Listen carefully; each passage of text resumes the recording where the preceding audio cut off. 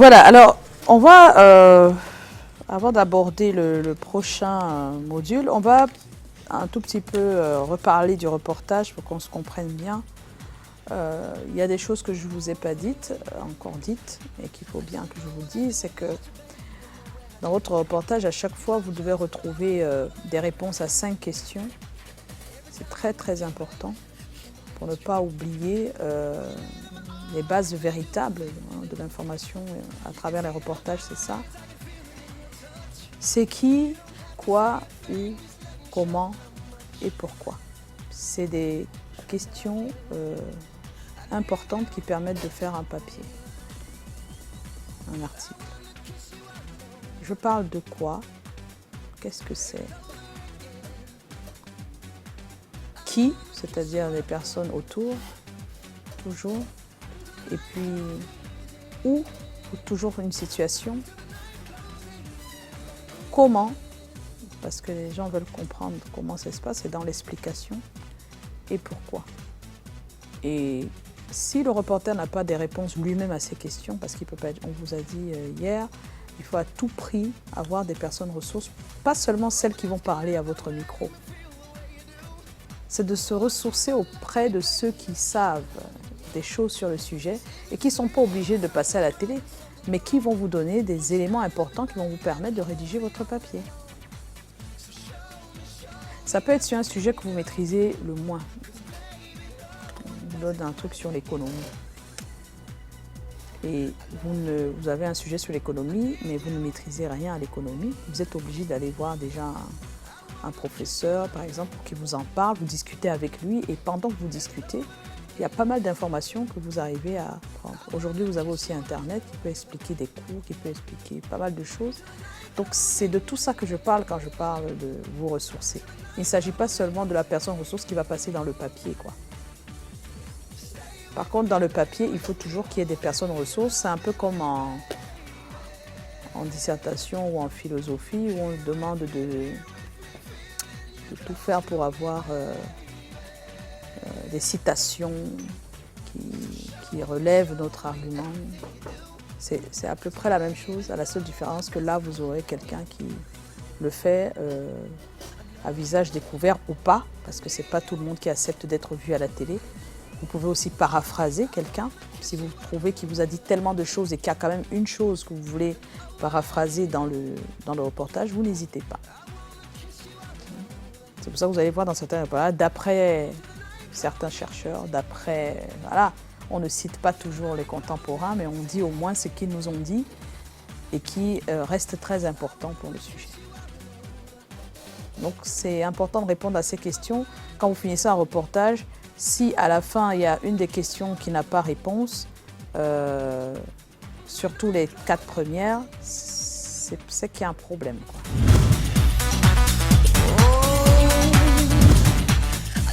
On va parler de la présentation télé, on en a déjà parlé, mais cette fois on va en faire un point. Comme je vous l'ai dit, tout le monde, que ce soit les journalistes ou les animateurs, parmi eux, il y a des présentateurs télé et il n'y en a pas aussi. Ce n'est pas tout le monde qui peut être présentateur télé. Ce n'est pas possible que tout le monde, tous les journalistes, tous les animateurs puissent être des présentateurs télé. Il y a des personnes qui rédigent très bien et qui normalement vont être juste des personnes qui rédigent, comme ça se fait dans d'autres pays. Il y a des gens qui rédigent juste, ils ne lisent même pas. C'est un métier aussi. Ils rédigent tous les papiers, mais ils ne les transmettent pas. On donne à quelqu'un qui a une meilleure diction, meilleure voix. Et il y a d'autres qui ne font que rédiger, parler, donc dire leur papier, mais on ne les voit pas. Ils ne sont pas des présentateurs télé, ils sont juste des reporters sur le terrain. Oui, Adam. Oui. Madame, en fait, hier, je suis tombé sur une véritable difficulté. J'aimerais savoir la différence qui existe entre un reportage et un documentaire.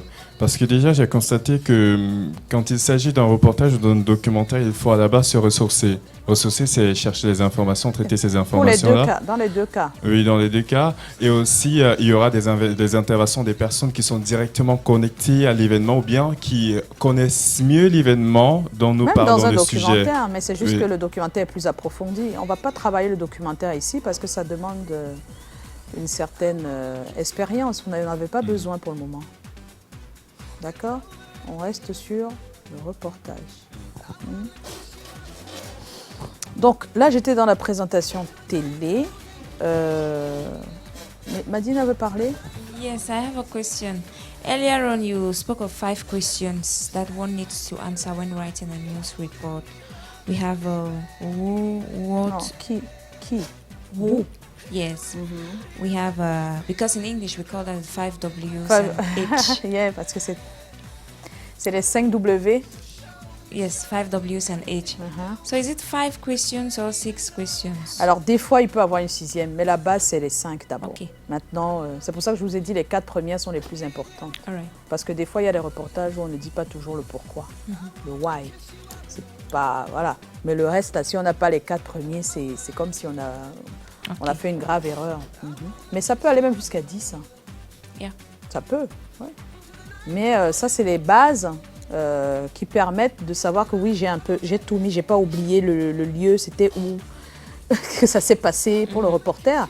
S'il y a eu un événement à un endroit et qu'il a oublié de mettre l'endroit, il a juste, voilà, c'est un problème quand même. Donc au moins ça, pour un débutant, parce que quelqu'un qui le fait tout le temps, d'office, il a déjà ces éléments-là de manière générale. Mais quelqu'un qui est débutant, des fois, ça peut arriver qu'il oublie de dire exactement où. C'est pas seulement de dire c'était à Douala. Hein. Vous vous rappelez, la précision est très importante. C'est où à Douala. Tu n'auras pas terminé avec le où hein, si tu dis seulement que c'était à Douala. La même chose que si tu dis que c'est juste Francis, sans dire qui il est, tu n'as pas fini. Est-ce qu'on se comprend? Yes. Donc ce n'est pas seulement de répondre à la question Francis, Douala. Donc c'est pas ça. Ça demande quand même que derrière la petite information que tu donnes, qu'il y ait d'autres informations qui nous aident à comprendre là où tu nous amènes. Donc en présentation télé, je le disais, c'est pas tout le monde qui peut le faire. Oui. Oui, j'aimerais savoir, il y a un élément ici qui me perturbe un tout petit peu, l'absence d'un élément qui me perturbe un tout petit peu. J'aimerais savoir s'il est obligatoire dans un repos. Oui, lequel? Oui, le camp. Oui, Est-ce le que- camp. Oui, il y a camp. Il y a camp, c'est vrai. C'est pour ça qu'elle parlait de 6, je pense, c'est ça? Il y a le moment, c'est vrai, ça a été sauté. Donc il faut à tout prix qu'il y ait les 4 premiers. Et le pourquoi et le comment, c'est des trucs qui peuvent arriver, mais les 4 premiers sont obligatoires. C'est vraiment une obligation, ça ne peut pas se passer sans. Alors, on va voir la présentation télé un tout petit peu. Et comme je vous disais, ce n'est pas tout le monde qui est présentateur télé. Malheureusement, tout le monde, des fois, dans ce métier, veut bien l'être. C'est un souhait, beaucoup aimeraient bien. C'est-à-dire que si tu as 10 personnes qui aiment la télévision, je pense que même 8 veulent passer à la télé. C'est tellement logique. Même 9. D'accord? Il y a des personnes qui, d'office, je vous l'ai déjà dit, ont quelque chose en eux, soit qui les rend sympas, donc ils sont télégéniques, ils passent bien à la télé, comme on dit, et d'autres qui, à première vue, ne passent pas très bien à la télé, mais c'est quand ils ouvrent la bouche, quand ils disent des choses, que le petit contact avec le public est très important. C'est des choses qui peuvent se travailler. Mais ça ne garantit rien de travailler rien que ça. C'est pour ça qu'on demande toujours d'avoir la tête un peu pleine, d'avoir du contenu, parce que c'est la seule chose qui, de toutes les manières, quand quelqu'un a beaucoup de choses en tête, quand quelqu'un a une belle tête, comme on dit, avec tout ce qu'il y a dedans, ça permet d'avoir quand même une certaine, on va dire quoi, ascendance sur les autres, sur ceux qui regardent. Ils t'écoutent avec attention parce que ce que tu dis est très important. L'attitude du présentateur télé, c'est l'attitude de quelqu'un qui a quelque chose d'important à vous dire. Il a sincèrement quelque chose d'important à vous dire. Et son attitude doit rendre ce qu'il dit important. L'attitude qu'il a devant la caméra, c'est une attitude de quelqu'un qui est sûr de lui. Il est sûr de lui. il est sûr de ce qu'il a à dire. Et parce qu'il est sûr, il vous transmet cette assurance qui vous calme et qui vous permet d'avoir confiance en lui. On doit avoir confiance au présentateur. Il y a des personnes qui présentent, c'est vrai, qui n'ont pas tout ce qu'il faut et qui malheureusement n'ont pas toute la confiance qu'ils devraient avoir s'ils veulent regarder peut-être le background académique qu'ils ont. Ça peut arriver, hein. C'est-à-dire, vous avez un background académique sensationnel, un autre présentateur à côté n'a pas ce background, mais arrive à avoir un public en face ou des téléspectateurs qui s'accrochent à lui. Et des fois, vous avez des présentateurs qui ne comprennent pas ce qui se passe en fait. C'est juste que celui-là, il a juste une aubaine de façon naturelle ou alors parce qu'il s'est formé à ça, il arrive à captiver plus l'attention. Ça ne veut pas dire qu'il est le plus intelligent, attention. Ça ne veut pas dire qu'il est le meilleur journaliste. Mais ça peut vouloir dire qu'il est un bon présentateur télé. Journaliste ne veut pas dire qu'on est le meilleur journaliste, ne veut pas dire qu'on est le meilleur présentateur télé. Est-ce qu'on se comprend? Le meilleur journaliste, c'est celui qui fait bien son travail, c'est-à-dire qu'il recueille les informations. Vous voyez qu'il n'y a pas de présentation dans le journaliste, d'accord? Tu peux diffuser les informations que tu as de différentes manières en écrivant un reportage. Tu peux également avoir la chance d'être en même temps présentateur et donc, oui, à ce moment-là, tu as tout pour toi. Tu es un bon journaliste de terrain et en même temps, tu rends bien le journal. Oui, ça peut arriver. Mais c'est des cas exceptionnels. C'est peut-être pas pour tout le monde. Maintenant, tu peux faire les deux d'une certaine manière qui est acceptable par tous, que ce soit dans le métier ou par le public. On demande souvent aux présentateurs de travailler plus leur morale pour pouvoir transmettre des choses aux gens qui regardent. Quand vous êtes un présentateur télé, vous êtes obligé de penser d'abord aux autres et non à vous. Contrairement à ce qu'on pense, vous devez penser aux autres. J'entends aux autres comment? Quand je parle des autres, je parle de ceux qui vous regardent. Vous êtes là pour eux, vous êtes à leur service. Vous n'êtes pas là pour vous servir. Vous devez vous poser la question, qu'est-ce qu'ils aimeraient? Et non, qu'est-ce que moi j'aime? C'est pour ça qu'on dit que vous mettez le public avant vous. C'est pas qu'est-ce que moi j'aime, c'est qu'est-ce que eux ils aiment. Et une fois que vous entrez dans ce qu'ils aiment, c'est à ce moment-là que vous pouvez voir dans ce qu'ils aiment ce qui peut être une part de vous. Parce que vous n'allez pas dénaturer, vous n'allez pas vous dénaturer vous-même en même temps. Mais tout ce qui sort de votre bouche, c'est pour eux, pas pour vous. L'attitude que vous avez, c'est pour eux, c'est pas pour vous. On est d'accord? Donc ce sont vos rois. Malheureusement, la plupart des présentateurs télé pensent que les rois, ce sont eux. Ben oui. Quand tu as l'impression d'avoir l'ascendance sur les autres parce que tu es de ce côté et tu parles, naturellement, involontairement ou volontairement, si tu ne fais pas attention, tu vas penser que tu es le roi ou la reine. Et on demande donc au présentateur d'oublier des fois ce statut, parce que des fois, le public aussi te rend roi ou reine, de l'oublier au moment où tu fais ta présentation télé, pour qu'ils se sentent plus proches de toi et qu'ils aient l'impression d'être avec toi. Qu'il n'y ait pas de grande distance, surtout quand on est un animateur. D'accord? Le journaliste, il est un peu plus retiré, parce que froidement, des fois, il doit vous transmettre une information.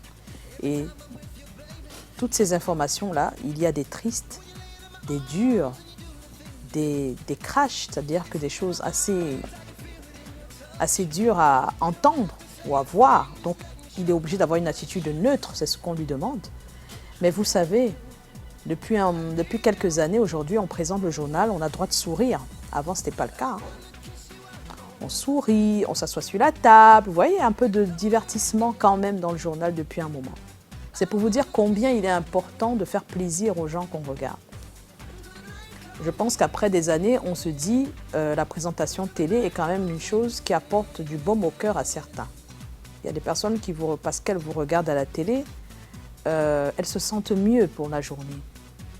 Quand on prend ce genre de choses en compte, on change sa façon de présenter. Si vraiment on pense qu'il y a des malades qui nous regardent, il y a des enfants orphelins qui nous regardent, il y a des personnes déprimées qui nous regardent, il y a aussi des personnes contentes qui nous regardent et des pas contents, on doit avoir une attitude qui va permettre de ramener tout le monde vers nous, un peu comme, c'est-à-dire qu'on est un peu des médecins, quoi, sans le savoir. Donc, c'est important que les présentateurs aient ça en compte, parce que quand tu prépares ton émission avec cet état d'esprit, tu as une manière de la présenter. Quand tu prépares ton journal avec cet état d'esprit aussi, tu as une manière de le rendre. On parle pour les autres et aux autres.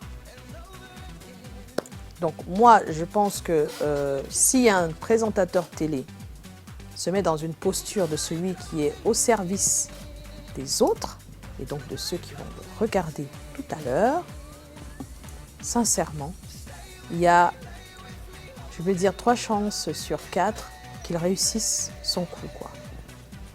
C'est la chose la plus forte que je connaisse en matière de présentation télé. S'imaginer déjà, quand on présente des émissions, il faut s'imaginer ce que font les gens en ce moment. Donc il faut avoir une idée générale sur les attitudes, les habitudes au quotidien des gens pour savoir comment les aborder. Parce que vous les abordez quand vous lancez votre programme. C'est à eux que vous parlez. Ça aide de savoir que le matin, qu'un matin, Souflane va penser que vous venez de vous réveiller, vous êtes en train d'apprêter les enfants, ou vous êtes en même temps que vous écoutez la télé au loin. Donc c'est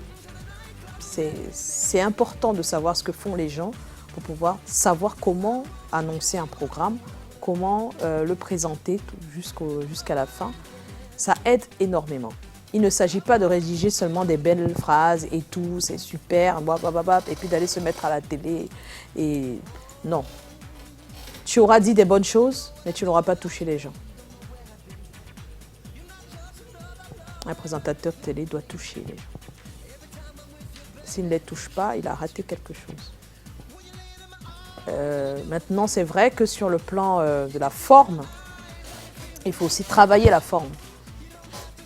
Comment le dire, d'accord, j'ai compris, ils sont à la maison, j'ai tout compris ce que vous avez dit, j'ai essayé de m'imaginer ce qu'ils font, j'ai pris ça en compte, j'ai fait mes textes en fonction. Et maintenant, me voici devant la caméra, il faut transmettre tout ce que j'ai là. C'est un apprentissage, j'apprends encore. Moi, j'apprends encore. Tous les jours, on apprend. Parce que le public n'est pas le même. Il y a un public qui a 10 ans, c'est pas le même maintenant, on est d'accord. Pourtant, toi, tu fais le même métier, tu es présentateur télé. Donc, il faut que chaque fois tu te cultives, que tu sortes, que tu ailles vers les gens, pour comprendre un peu comment ça se passe dehors, comment les gens vivent. Et c'est ça qui te remplit. C'est ça ton contenu quand tu es présentateur télé, surtout pour les émissions de divertissement.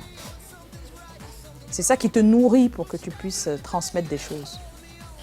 Mais si tu es enfermé chez toi, si tu ne vas que dans certains endroits et pas d'autres, si tu n'es même pas proche de la maman qui vend là à côté, là, qui vend les oranges, là, c'est compliqué pour toi. Tu ne vis pas avec ceux à qui tu parles tous les jours. Alors tu ne peux rien transmettre d'assez fort. Donc il faut le contact des autres, il faut écouter les autres. Quand tu es dans un environnement, il faut être curieux de savoir comment les gens se comportent, comment ils vivent, et c'est ça qui te permet de construire ta présentation. C'est psychologique et ça marche bien. Des questions? Non, ça va?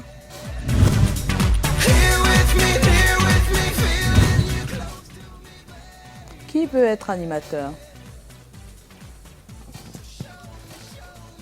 1, 2, 3, 4, 5, 6, 7. Quand même. D'accord. C'est beaucoup de travail, contrairement à ce qu'on pense. Beaucoup. Mais c'est un travail beaucoup là. Et c'est ça qui est le plus dur. C'est pas pour dire que le journalisme n'est pas dur, hein. Il est aussi difficile. Hein. C'est juste qu'on dit déjà que le journalisme est difficile, on le dit tout le temps. Mais l'animation, on dit que c'est trop facile. Qu'est-ce que vous en pensez, ceux qui veulent être journalistes? Que l'animation, c'est facile? J'aimerais bien entendre votre...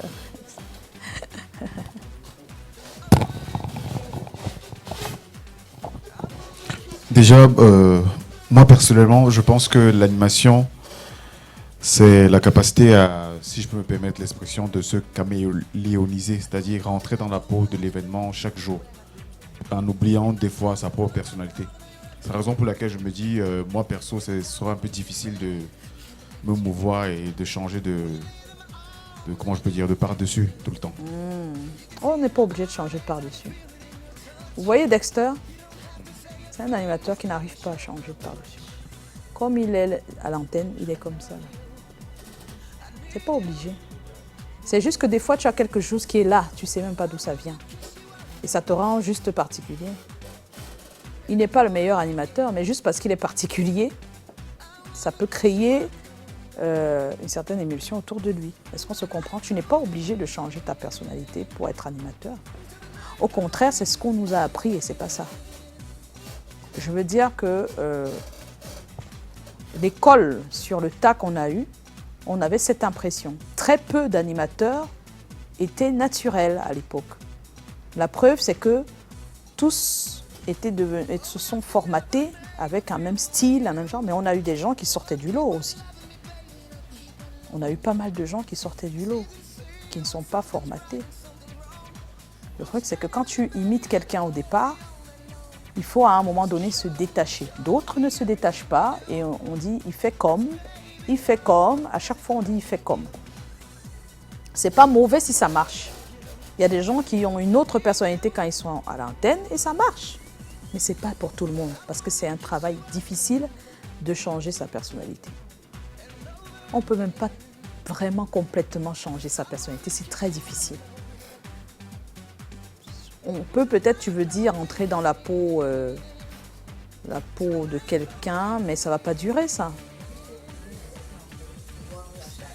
Non, on ne t'entend pas hein, quand tu parles sans micro. Où est le deuxième micro? Oui. Je dirais plus être ouvert d'esprit, en fait. C'est que tu restes toi-même, Oui. mais tu es plus ouvert aux différents thèmes que tu traites au quotidien. Oui. C'est ma vision, moi. Ça veut dire que si tu parles des orphelins, tu restes toi-même, mais avec une certaine sensibilité par rapport au cas échéant. Oui, ainsi de suite. Oui. On n'est pas obligé de changer sa personnalité. Hein. Je ne sais pas qui t'a dit qu'on change. Oui, on n'est pas obligé. On n'est pas obligé. Il y a des animateurs qui sont pareils que dans la vie. Hein. Maintenant, il y a une manière de parler quand tu es en classe et que tu présentes un exposé, on est d'accord? Mais est-ce que ça veut dire que tu as changé ta personnalité?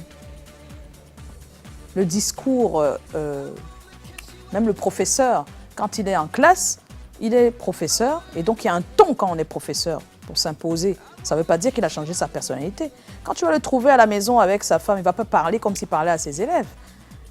À ce moment-là, ce n'est pas la personnalité qu'on change. C'est juste qu'on s'adapte au milieu et qu'il y a des règles. Un professeur doit parler d'une certaine manière pour être écouté au maximum par les élèves.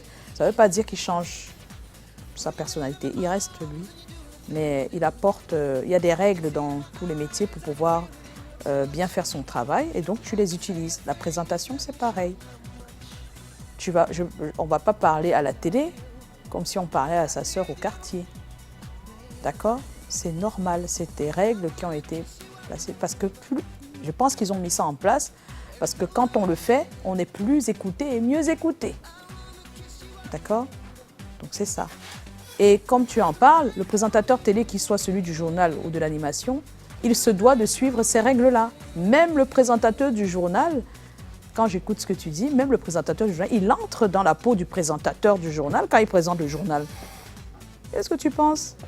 En fait, quand je parlais de changer de personnalité, c'était plus dans le sens de se mouvoir devant le petit écran. Tu parles de bouger, oui, dégager. Oui. Oh, l'ambiance, quoi. Bon, oui, c'est pas la personnalité, c'est ça. de ça que je parle. Non, c'est pas de la personnalité, ça. Ça, c'est autre chose. Ça, c'est que tu veux dire que toi, tu es un peu coincé. Tu n'es pas du genre à t'éclater devant un plat sur... Dès qu'il y a les caméras, tu ne vas pas t'éclater, c'est ça? Je suis Tu es pas posé, du tout, tu veux je pas... suis pas du tout coincé. Je suis quelqu'un de plutôt posé, Oui. qui aime beaucoup prendre la parole en public.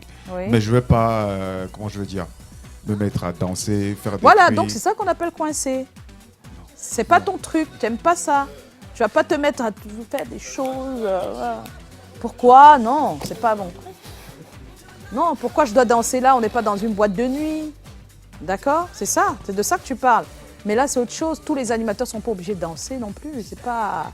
Ou de se mouvoir, ou je sais pas quoi, tout ce que tu dis, non. Mais le mouvement n'est pas seulement pour l'animateur, vraiment, sincèrement. C'est pas obligé. Tu peux faire une émission de divertissement sans danser. Arthur, il danse pas tellement, hein, vraiment. Je le vois pas trop danser, lui. Ah, oui. Il est? En fait, je me disais juste que c'est clair, Arthur ne danse pas. Mais en fait, j'ai l'impression que dans la présentation, il faut en quelque sorte faire sienne les émotions du public. Qu'est-ce que le public va ressentir et s'aligner par rapport à ça. Peut-être le programme qu'on a drivé est différent, mais on doit il y a des gens aussi qui ne savent pas danser, donc ils ne veulent pas. Hein.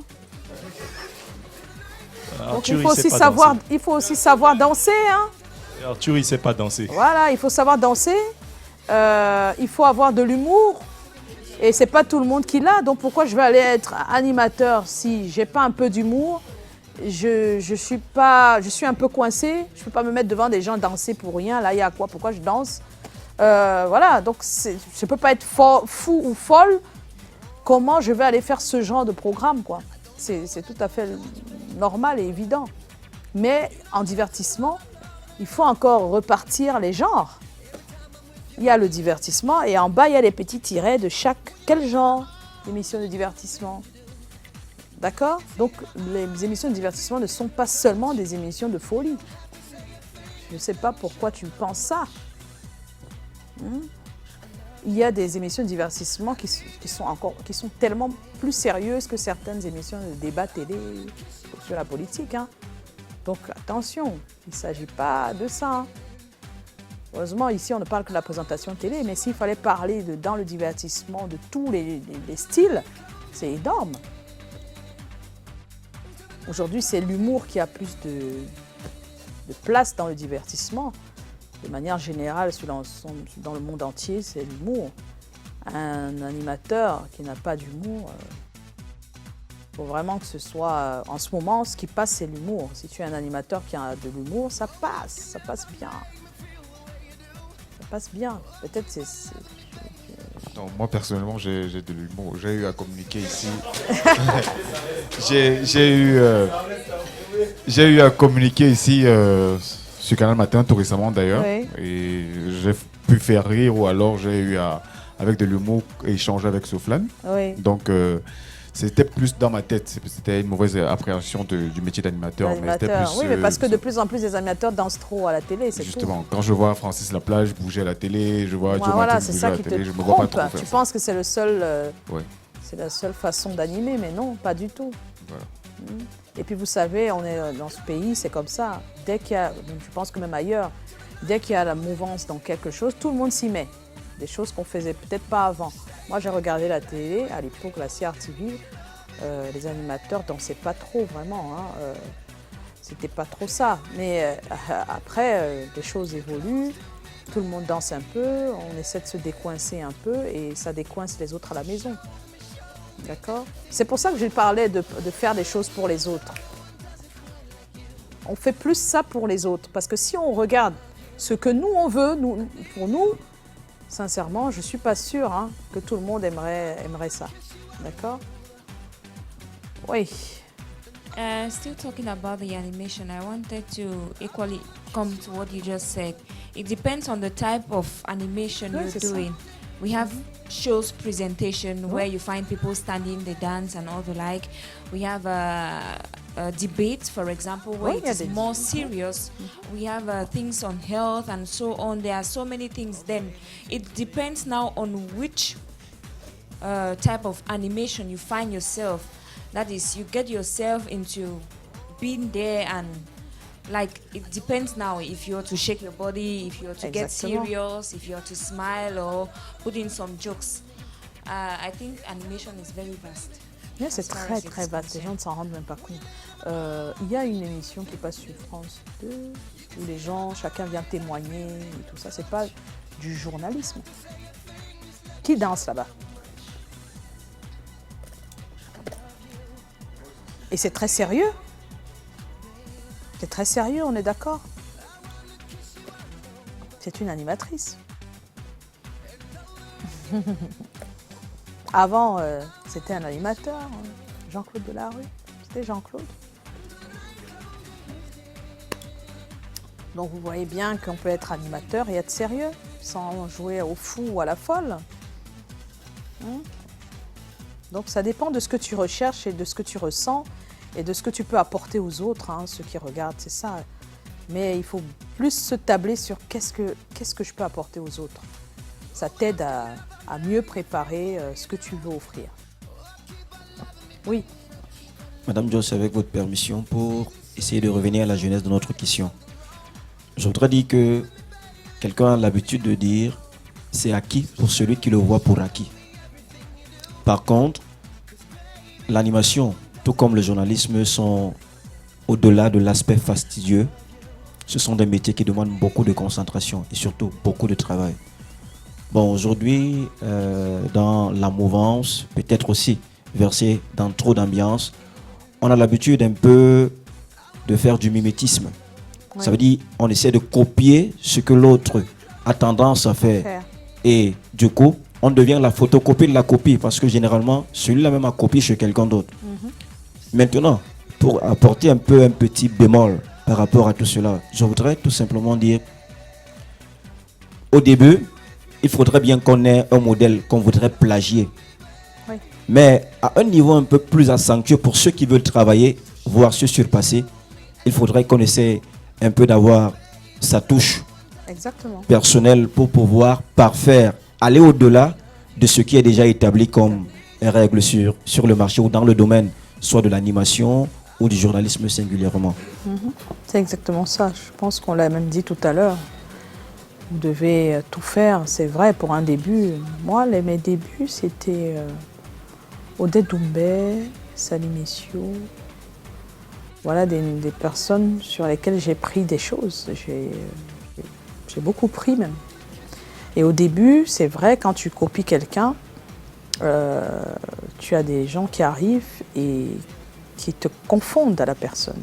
Si tu es quelqu'un qui reprend exactement la même chose, oui. J'ai eu ça avec Odette Doumbé quand je commençais. C'est-à-dire qu'on m'a confondu en entendant ma voix à la radio, on a pensé que c'était elle, alors que c'était pas elle.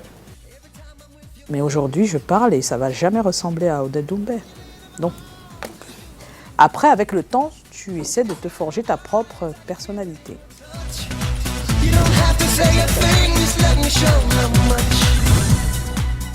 Alors, on va faire un devoir pour demain. Ça sera en animation, naturellement. Vous allez me présenter, après avoir créé dans votre tête une superbe émission de 26 minutes. Je veux tout écrit. Vous écrivez tout, de l'introduction à la conclusion. Une émission de télé, une émission de divertissement. Donc vous allez présenter une émission de divertissement demain.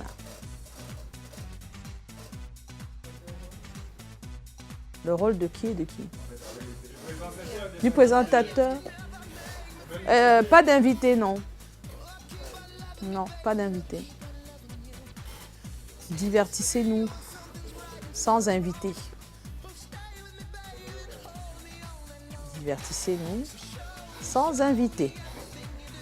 À vous de créer.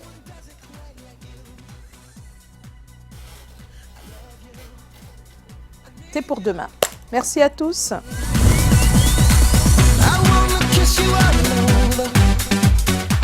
Voilà.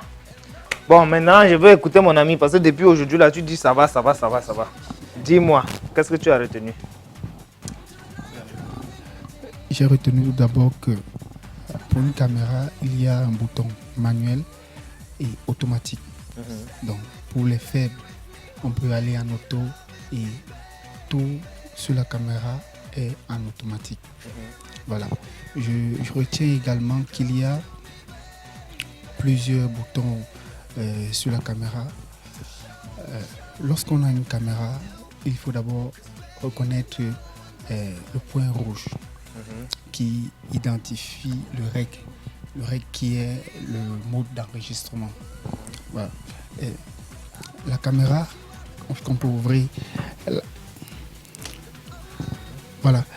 La caméra aussi a 2 entrées son. Voilà. Donc, nous avons input 1 et input 2 qui est le premier son et le deuxième son. On peut donc décider d'utiliser input 1 si on veut que ce soit le premier micro qui soit mis en valeur, et aussi on peut également utiliser input 2.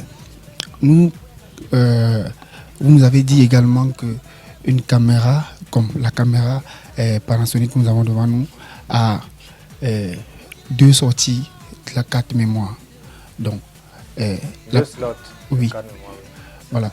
Donc, c'est pas le cas pour tous. Hein. Nous avons les P2 qui prennent les 2 cartes P2 et peut-être une mini SD. Ça dépend. Voilà. Dans le cas devant nous, nous avons la première et la seconde carte. C'est lorsque la première est pleine que la seconde peut être enclenchée. Et nous avons aussi la possibilité de faire le choix de la carte qui peut commencer à faire les enregistrements. Voilà. Nous avons aussi sur cette caméra le bouton menu qui nous permet d'entrer dans tous les paramètres et puis commencer avec des flèches en haut et en bas pour pouvoir sélectionner. Mais qu'à cela ne tienne, tous les boutons menus sont déjà également sur la caméra. On peut immédiatement sélectionner et puis choisir. Voilà. Et nous avons aussi le zoom. Il est possible de zoomer de 2 manières. On peut toucher la bague et aussi nous avons également le bouton du zoom qui nous permet de zoomer et de dézoomer. Nous avons... Que tu parles de zoom out. Oui. Voilà. Donc, il y a aussi des possibilités de pouvoir augmenter le volume du son que l'on écoute. Lorsqu'on a déjà un casque, il est possible pour nous d'écouter le volume de son, de régler la capacité, de régler selon ce qu'on veut entendre. Si nous sommes dans un endroit bruyant, il est possible pour nous de régler également le son. Voilà. La caméra a plusieurs fonctions. Nous constatons aussi que il y a des micros. On peut également utiliser les micros ambiants, donc les micros qui sont devant la caméra. Voilà, les micros internes de la caméra. Tout aussi comme nous pouvons également utiliser les sorties micro qui nous permettent de bien écouter. Voilà. Aussi, là, il y a aussi un très grand champ de lumière sur la caméra. On peut modifier les lumières, on peut également augmenter et de diminuer la lumière selon la capacité, selon l'endroit où nous nous trouvons. Il est possible pour nous de diminuer ou bien d'augmenter les lumières. Il en est également pour le son. Il y a plusieurs choses, il y a pas mal de choses que je suis capable de dire pendant toute la journée. Mais je permettrai aussi à d'autres personnes de dire autre chose. Voilà. Au moins tu me rassures que quand tu disais rien, tu retenais quelque chose. Il y a des adjectifs sur ce que tu viens de dire, mais grosso modo, je crois que si tu as retenu ce que tu viens de dire, c'est l'essentiel. Moi, j'ai une zone d'oscillation. En fait, j'ai une question. Oui. Oui, c'est au niveau de la vitesse d'oscillation. Oui. Tout à l'heure, vous avez dit... vitesse d'obturation. D'obturation. Oui. Plus on augmente la vitesse d'obturation, plus moins on gagne de la lumière. J'aimerais savoir si également ça a une influence sur la profondeur de champ. Oui, aussi. Ah. Parce que, visiblement, comme tu peux le constater, le jour qu'on va utiliser, qu'on va entrer dans les plans et les lumières et tout ça, la lumière d'une manière ou d'une autre influe sur la profondeur de champ. Plus vous avez un objectif lumineux, plus vous pouvez avoir une profondeur de champ plus ou moins large. Donc retiens, parce que je ne peux pas entrer dans les détails pour l'instant, ça va faire l'objet d'un autre cours. La lumière joue sur la profondeur de champ.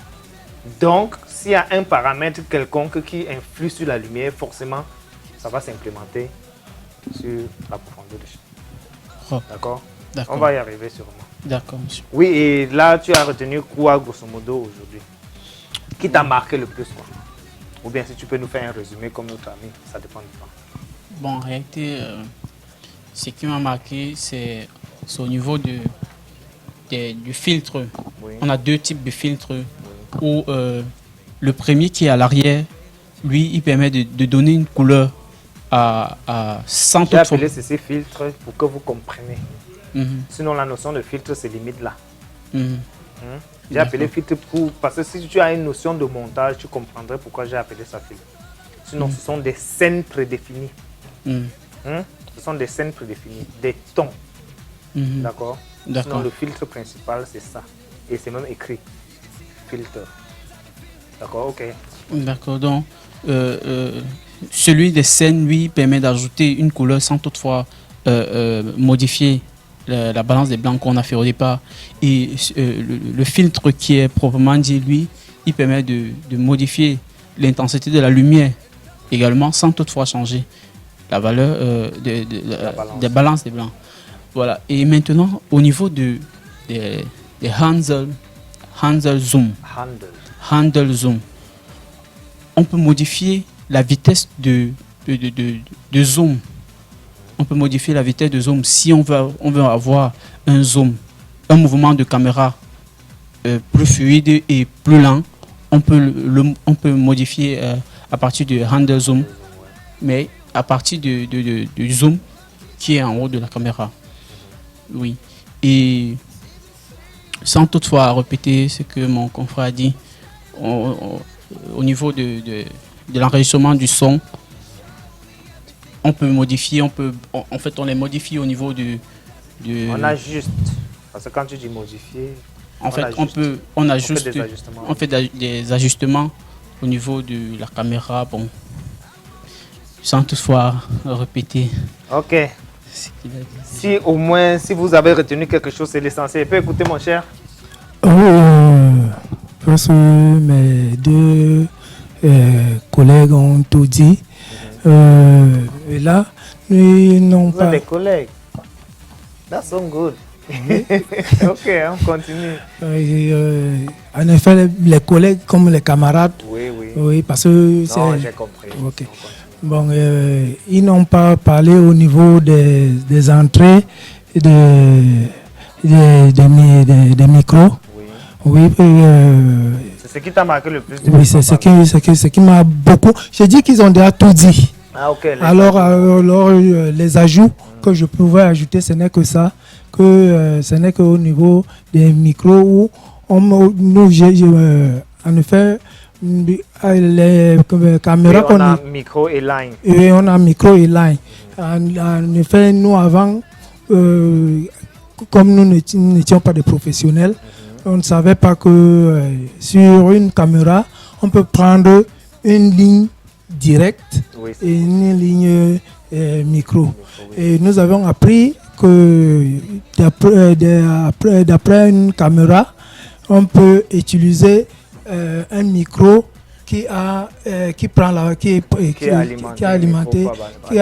le micro par la batterie et qui a les boutons sur lesquels pour alimenter les micros.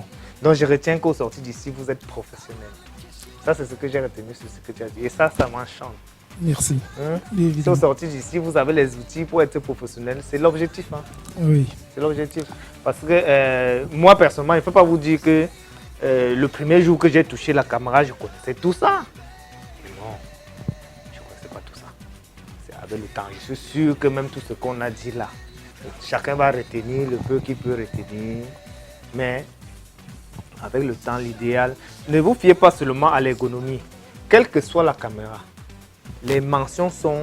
Ça peut ne pas être situé au même endroit, mais les mentions veulent dire la même chose. On se comprend. Sur certaines caméras, certains boutons vont se retrouver de l'autre côté. Que cela ne vous inquiète pas. Tant que c'est marqué mode chèque ou bien menu ou bien auto, tout ça, ça veut dire exactement la même chose. Parce que la caméra, tous les caméras n'ont pas la même forme ici. Il y a des caméras épaules, il y a des caméras de poche. Donc là, ça va dépendre. Mais fiez-vous seulement à lire. On nous avait dit focus assist veut dire quoi? Il ne faut pas seulement chercher que focus assist soit situé ici. Un autre fabricant peut placer son focus assist juste au-dessus de la batterie. Il ne faut pas que cela vous surprenne. J'ai une question. Oui, la question.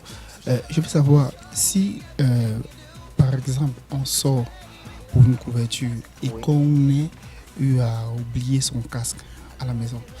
Est-ce que la caméra n'a pas de modulation son qui nous permet de voir si le son est bon ou bien si ça sature? Oui, la caméra a les modulations de son. Mais je ne vous conseille pas de vous fier à ça. Parce qu'un son qui a les parasites module normalement, ça module. Mais avec des parasites. On est d'accord? Donc l'idéal serait d'avoir des écouteurs. Si tu ne peux pas sortir avec ton casque, débrouille toi-même avec l'écouteur de ton téléphone. Aujourd'hui, nous avons des gadgets, ne serait-ce que ce n'est pas professionnel, mais tu auras au moins de quoi juger ton son. On se comprend? Ok. Voilà. Bon, maintenant, il y a une chose que je n'ai pas montré et que c'était exprès et qu'on en a parlé, qui peut montrer où on fait la balance. Oui. À ce niveau, je vois ici AWB. Oui. Vous pensez pareil? Oui, c'est facile alors parce que c'est un bouton qu'on n'a pas montré. Donc là, on avait fini avec tout ce que l'ergonomie. Mais il y a un bouton caché là, juste en bas. Vous verrez là, AWB. AWB, Auto White Balance. White Balance. Donc c'est ça. Quand vous avez positionné votre bouton ici, de White Balance, ici, à A ou à B. Parce que si vous mettez à preset, ça ne vaut pas la peine d'aller appuyer là-bas. Quand vous placez à A, vous maintenant zoomez sur du blanc. De façon dit de balance de blanc. D'accord? Vous pouvez utiliser un format, vous pouvez utiliser, si vous êtes sur le terrain, une polystyrène ou bien n'importe quoi, mais une source, un papier format blanc on peut trouver ça sous la main, non? Ou bien, vous pouvez prendre ce que vous jugez vraiment du blanc. Ça, c'est ce que la caméra va utiliser comme repère. Une fois que vous avez zoomé dessus, parce qu'il faut que tout l'écran soit rempli de blanc. Là, maintenant, vous pouvez appuyer et vous verrez la température. La température idéale va dans les 5600 kg. On se comprend? Dans les 5600, ça peut aller à 5400, 5700, ça dépend maintenant de votre source de lumière. Mais toujours, il faut être que votre papier soit frappé par la source de lumière qui alimente votre salle. D'accord? C'est sur ça que vous faites votre balance de blanc. Le dernier bouton en bonus, donc, c'est celui-là. Vous voyez juste à côté du zoom ici, on a un bouton Rec Check. Rec Check, ça veut dire quoi? C'est contrôler l'enregistrement. Contrôler l'enregistrement. Mais ça, ce n'est pas contrôler n'importe quel enregistrement. Tu ne peux pas, avec le mode Rec Check, aller contrôler l'enregistrement que tu as fait avant-hier. Non. C'est contrôler le dernier enregistrement. Et même le dernier enregistrement, ce n'est pas la totalité de l'enregistrement. Ce sont les dernières secondes de votre dernier enregistrement. On se comprend? Enfin, les dernières minutes de l'enregistrement. Secondes. Les dernières secondes de votre dernier enregistrement. C'est juste pour vous rassurer que c'est vraiment dans la boîte. On est d'accord? Voilà. Autre question? Non, de mon côté, en parlant de la white balance, oui, ça me fait revenir au casting. Oui. Vous vous souvenez, vous m'avez posé cette question au casting. La notion de balance de blanc. D'accord. Je vous ai carrément dit que vous n'avez jamais entendu parler. Oui, jamais entendu parler. Voilà. Bon, en effet, je ne peux pas dire que je ne savais pas, mais ce jour-là, vous savez, quand vous êtes devant un plateau, il y a... Vous aviez le trac. Oui. Pourtant, à l'entame, on avait dit on est en famille, non? À l'entame, on avait dit qu'on était en famille. Oui, mon ami a une question. Je veux savoir, les deux écrans, là, est-ce que ça a les mêmes fonctions? Oui, les deux sont des afficheurs. Les deux sont des afficheurs. Mais maintenant, le truc, c'est que les deux ne fonctionnent pas au même moment. Les deux ne fonctionnent pas simultanément. Parce que là, quand vous ouvrez celui-ci, automatiquement, la caméra arrête l'autre.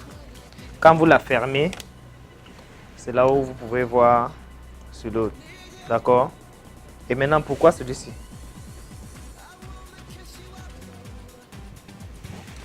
La différence, c'est quoi? La différence sur celui-là, je vais essayer de me battre. Oui. La différence sur celui-là, c'est quand vous êtes sur une scène, comment on appelle ça? Bon, on y va. La différence est juste que ici, vous avez plus de flexibilité. Tout le monde aimerait utiliser celui-ci, non seulement parce que l'écran est plus grand, vous voyez mieux. Parce que là, vous utilisez vos deux yeux. D'accord? Et selon la position, celui-là est plus accessible. Mais si vous êtes dans un milieu trop lumineux, vous ne pouvez pas juger avec ça. Si vous tournez sur le soleil, vous ne pouvez pas vous fier. Il est souvent difficile de se fier à son écran. Parce que c'est la vitre, vous savez, le reflet de la lumière et tout ce qui va avec peut vous éblouir. C'est pour ça qu'il faut mieux guetter par là. Parce que là, vous avez une chambre noire et tout ce qui est devant vous, c'est votre afficheur qui affiche votre image. Là, vous pouvez faire de meilleurs réglages sans être influencé par l'excès de luminosité. D'accord? Bon, si tout le monde a compris, oui. En fait, ça c'est pour avoir une idée claire, exacte dans ma tête. Oui. Dans ma tête, oui. L'objet ici, c'est de vous éclairer en fait. Oui. En fait, la définition qu'on peut donner à la balance des blancs, c'est un processus permettant d'étalonner une caméra, c'est ça? J'ai envie que vous allez voir ça avec Monsieur René. D'accord. Parce que là, si on commence ce sujet, il doit falloir aller en profondeur pour que vous compreniez. Mais vous verrez la colorimétrie avec Monsieur René, il va vous parler de long en large de la balance des blancs. Sinon, grosso modo, c'est pour avoir la meilleure image qui se rapproche de l'œil. Voilà ce que je peux vous dire. C'est pour que ce que la caméra va enregistrer se rapproche de ce que votre œil voit. Voilà, c'est donc ça. On est d'accord? D'accord, monsieur. Voilà. Donc, si tout le monde a compris, rendez-vous pour la prochaine leçon. Je ne vous dis pas de quoi il s'agira, parce que je ne veux pas avoir des gens bourrés de bord. Donc, ça sera toujours aussi relax qu'aujourd'hui. J'espère que cela a été. Je n'ai pas été rapide pour vous. D'accord? Donc, à partir d'aujourd'hui, je crois que si on vous donne une AG AC160 AEN ou bien une caméra de ce genre, vous serez à même de la démarrer et de travailler avec. Comme a dit mon ami, vous avez des outils de professionnels de développement. On est d'accord? D'accord. Ok. Bonne soirée à vous alors. Merci. Mais également à vous. Voilà.